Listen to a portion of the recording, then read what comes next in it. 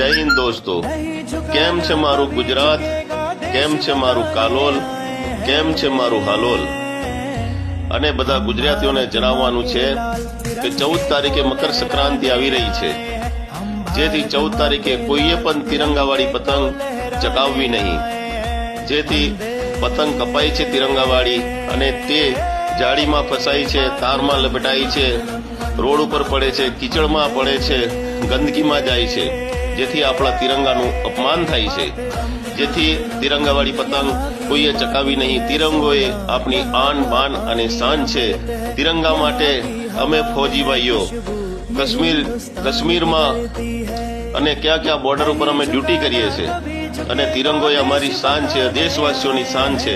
જેથી તિરંગાવાળી કોઈએ પતંગ ચકાવવી નહીં.